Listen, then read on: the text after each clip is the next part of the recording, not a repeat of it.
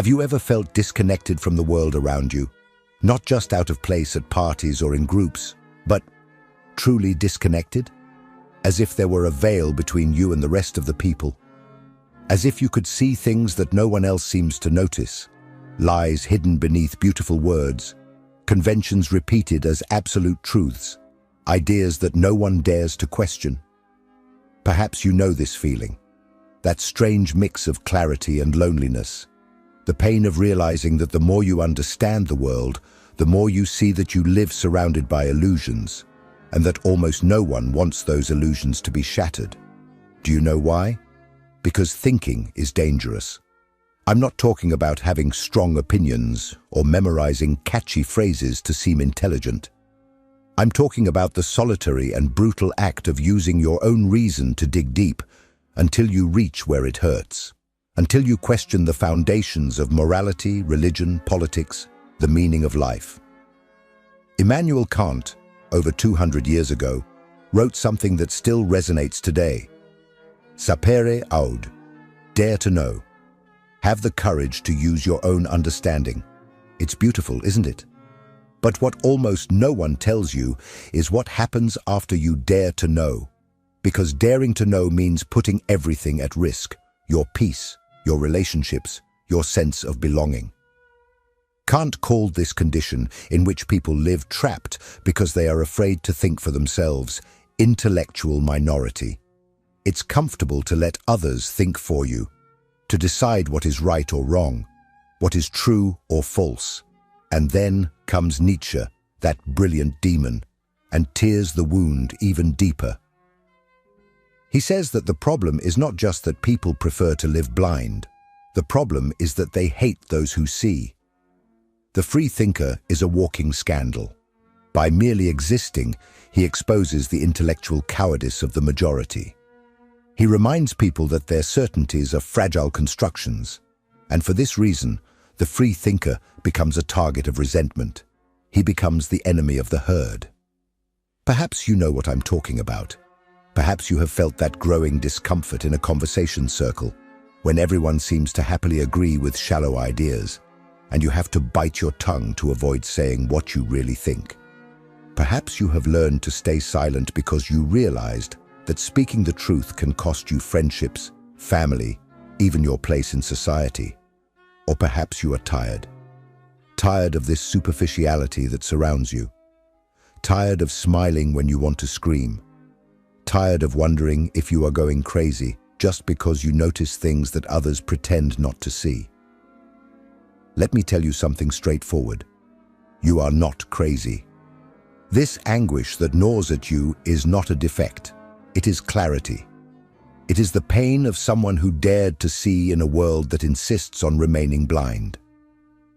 Today, we will talk about the greatest tragedy of human existence, not ignorance, but the ability to think deeply in a world that punishes, ridicules, and isolates those who dare to do so.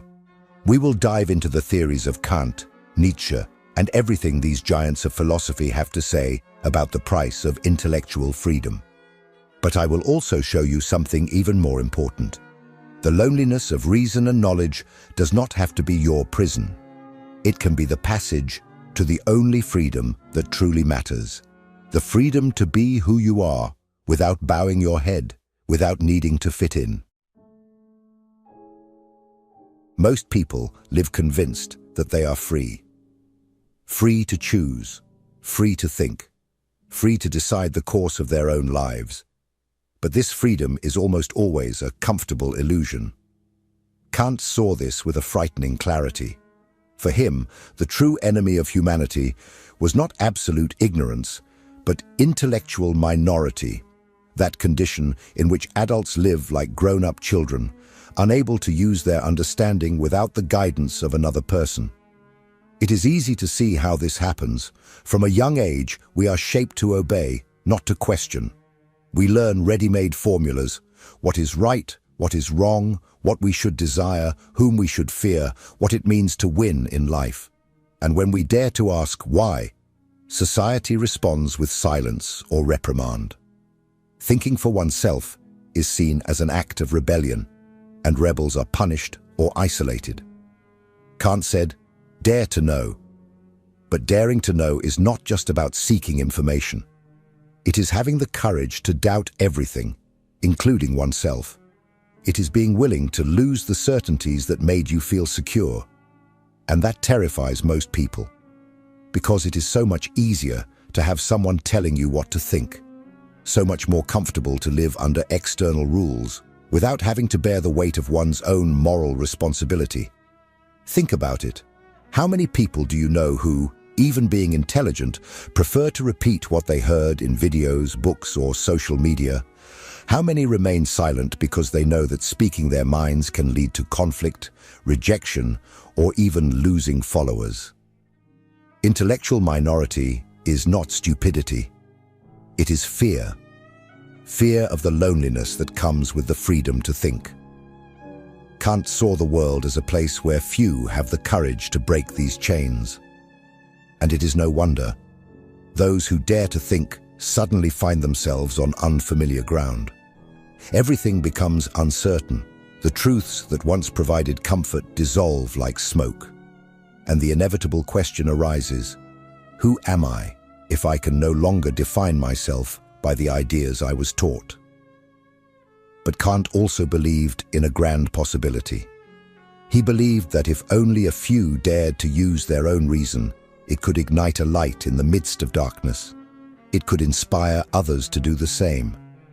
It was a call for humanity to awaken, even if it was a painful awakening. However, there is something even darker, because it is not enough to be afraid of thinking. There is an active dark force that works against those who dare to question. A force that not only discourages, but hates, rejects, and destroys those who think differently. And that is where Nietzsche comes in, because he saw what lies behind morality and social coexistence. He revealed that it is not just about intellectual laziness or cowardice, but something much more dangerous, resentment against the free thinker. And that is what we will talk about in the next part. Friedrich Nietzsche had no romantic illusions about human nature. He looked at the world with the eyes of a surgeon, cold, precise, unafraid to cut deep into the living flesh of society. For him, it was not just laziness or fear that made people avoid free thought. It was something much more visceral, resentment, a deep hatred against those who dare to think for themselves. Resentment arises when the individual perceives, even if unconsciously, that there are people who live outside the herd, who do not follow the same rules, who dare to question what everyone accepts as truth. The mere fact that someone exists as a free thinker is already an insult to collective mediocrity. Because the presence of the autonomous thinker sheds light on the intellectual cowardice of the masses. He is like a mirror, reflecting not only the lies of the world, but also the weakness of those who prefer to live anesthetized. Nietzsche saw the world as a stage for a silent struggle, where the herd, in its comfortable morality, wants to protect its beliefs at any cost. Not out of pure malice, but because admitting that these beliefs may be illusions would mean facing an existential abyss. It would be to accept that what gives meaning to life, religion, moral values, social conventions, may be nothing more than human constructions. And few have the stomach to deal with that kind of truth. That is why those who dare to think differently become targets. And they do not need to make fiery speeches or go out preaching radical changes. Sometimes it is enough to simply exist. It is enough to look at the world with different eyes. It is enough to say in a calm tone, what you believe is not absolute. It is just a narrative. It is then that hatred arises. The free thinker comes to be seen as an enemy of order, as a threat to peace, as a source of discomfort that needs to be silenced, ridiculed, or isolated. Social resentment against the thinker is not just emotional. It manifests in jokes, exclusion, censorship, attacks disguised as humor or morality. Society arms itself to defend its illusions. Nietzsche understood that the herd's morality does not just want you to follow the rules. It wants you to truly believe in them, that you live within the bubble without ever questioning. Because if someone starts to think, others may follow, and then the house of cards collapses. Perhaps you have felt this in your own skin. Perhaps you have been cut off from conversations, seen as negative or arrogant, just because you dared to raise a doubt where everyone wanted certainties. Perhaps you have noticed how quickly people unite against those who challenge the dominant narrative. It is a social survival instinct.